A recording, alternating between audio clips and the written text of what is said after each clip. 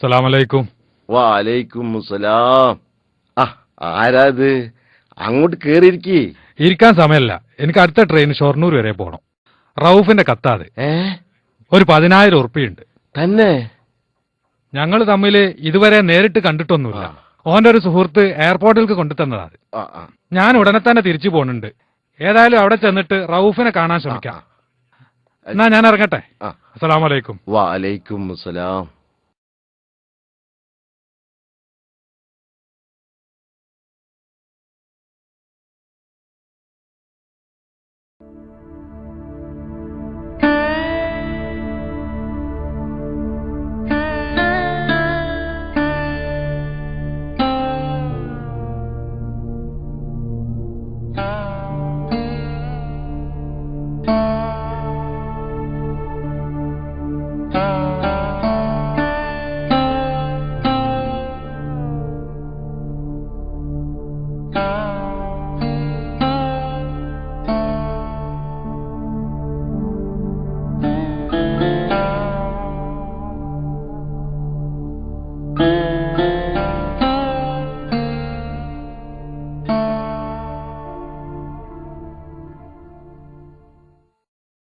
ആരപ്പ ഇവിടെ വന്നു പോയത്?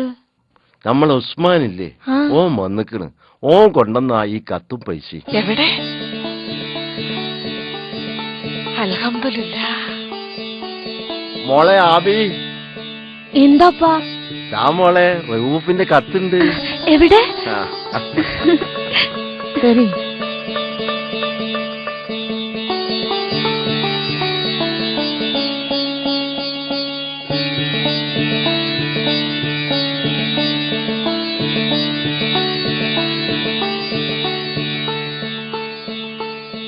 പ്രിയപ്പെട്ട ആബി, നിനക്ക് സുഖമായിരിക്കാൻ പ്രാർത്ഥിക്കുന്നു. നമ്മുടെ പൊന്നുമക്കളുടെ അവസ്ഥ എന്താണ്? വൈകി അയക്കുന്ന ഈ കത്തിൽ ഒരുപാട് നല്ല വർത്തമാനങ്ങൾ എഴുതാൻ ആഗ്രഹിച്ചിരുന്നു, കഴിയുന്നില്ല. ഗൾഫിനെ കുറിച്ചുള്ള എന്റെ എല്ലാ സ്വപ്നങ്ങളും കരിഞ്ഞുണങ്ങിയിരിക്കുന്നു. നിങ്ങൾക്കൊക്കെ ഒരുപാട് പ്രതീക്ഷകൾ നൽകി കൊതിപ്പിച്ച എന്നോട് പൊറുക്കണം. ജീവിതത്തിൽ ഒരു തന്റെ അടവില്ലാത്ത എനിക്ക് നമ്മുടെ കുഗ്രാമം നില മതിയായിരുന്നു.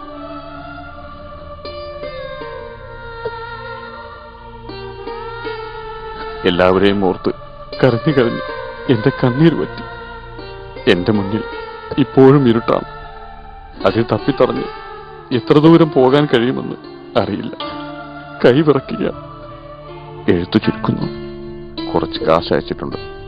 ഒരു വിഹിതം നിനക്കും ഉണ്ടായിരിക്കും. അതിൽ എന്റെ 1 വർഷത്തെ ജീവിതമുണ്ട്. പ്രാർത്ഥനയോടെ നിന്റെ സ്വന്തം നിൽക്കാം.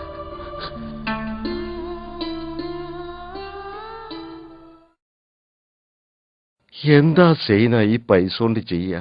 ഏത് കട ആദ്യം വീട്ട? എനിക്കൊന്നും അറിയൂല.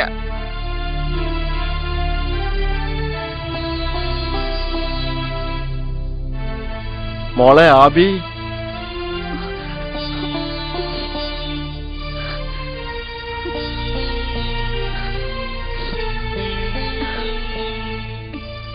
എന്തപ്പാ? ഇത് റഹൂഫ് അയച്ച പൈസയാണ്.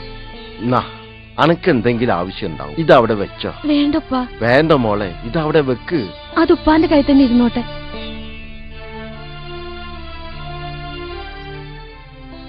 ഏതായാലും ഒരു കണക്കിന് സമാധാനായി. തൽക്കാലത്തേക്കാണെങ്കിലും ഒരു ജോലി കിട്ടിയല്ലോ. മനുഷ്യന്മാരെ ചോദ്യത്തിന് സമാധാനം പറയാലോ. മനുഷ്യന്മാരെ ചോദ്യം എനിക്ക് പ്രശ്നം. പരിചയമുള്ളവരൊക്കെ കടം വാങ്ങി കൂട്ടിയോണ്ട് തല പൊക്കി നടക്കാൻ കഴിയുന്നില്ല. കടക്കാരനായാല് അഭിമാനം പോകും. ഏതായാലും ആരും അങ്ങാടിയിലിട്ട് ഇന്നെ ഇതുവരെ വഷളാക്കിയിട്ടില്ല. അതാണ് ആകെയുള്ള സമാധാനം. അല്ലെങ്കില് എന്നോ നാട് വിടേണ്ട സമയം കഴിഞ്ഞു.